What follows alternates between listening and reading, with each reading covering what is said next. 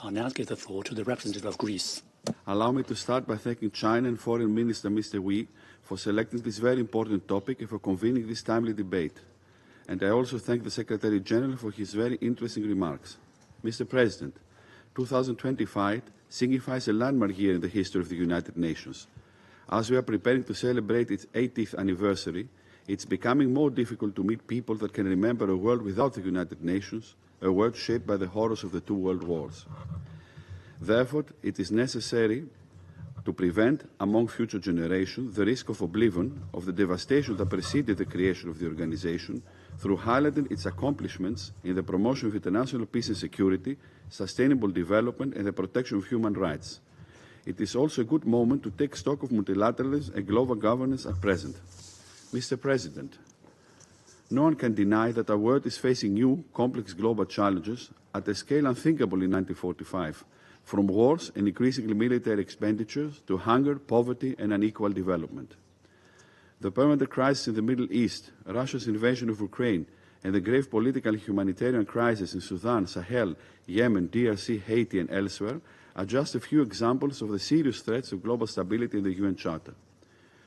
We believe there is an urgent need for fundamental reform and improvement of our multilateral system with the UN at its core. A crucial step towards this direction was made last September at the Summit of the Future, when the world leaders renewed the commitment to effective multilateralism by adopting the Pact of the Future and its annexes, the Global Digital Compact, and the Declaration of Future Generation. Our Prime Minister has stated that the Pact of the Future, as a point of global consensus, is only a first step, but it's a necessary first step. It's a political declaration to act, and political will is a necessary driver for action at the national level and collectively at the global level. Greece calls for the rapid implementation of the relevant actions of the Pact, especially transforming global governments and reinvigorating the multilateral system to tackle these challenges and seize the opportunities of today and tomorrow.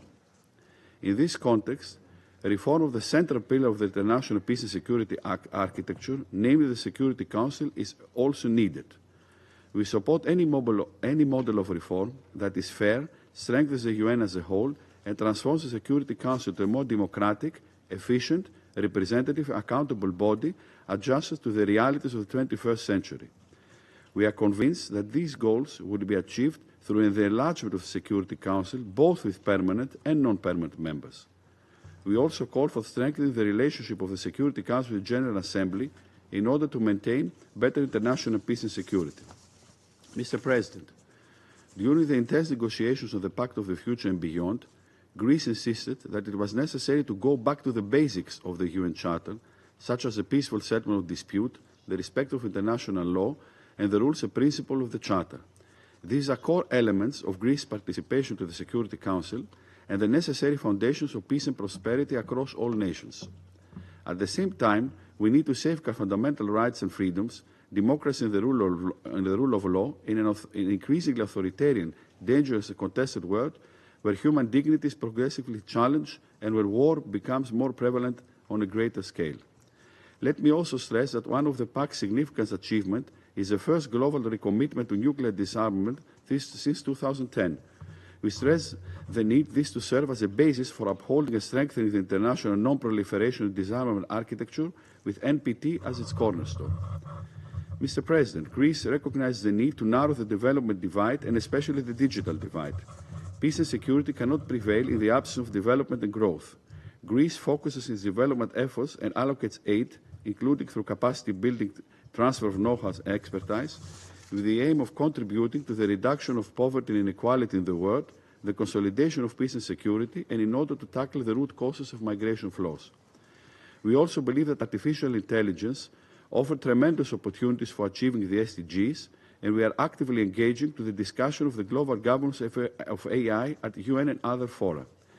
Our common efforts to bridge the digital divide should focus on the implementation of the Global Digital Compact, which represents the first comprehensive global framework for digital cooperation, chartering a roadmap for global AI governance. Mr. President, we are also deeply concerned with the lack of substantial progress in tackling the effects of climate change. We reaffirm the importance of accelerated action in this critical decade on the basis of the best available science and we welcome relevant decisions adopted at COP28 and 29. We also recognize the importance of support to development countries and their access to climate finance, especially those that are particularly vulnerable to the adverse effects of climate change.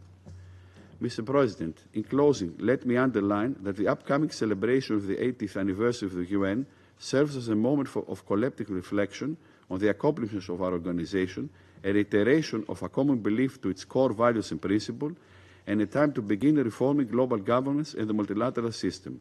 Let us all work together towards this direction. I thank you.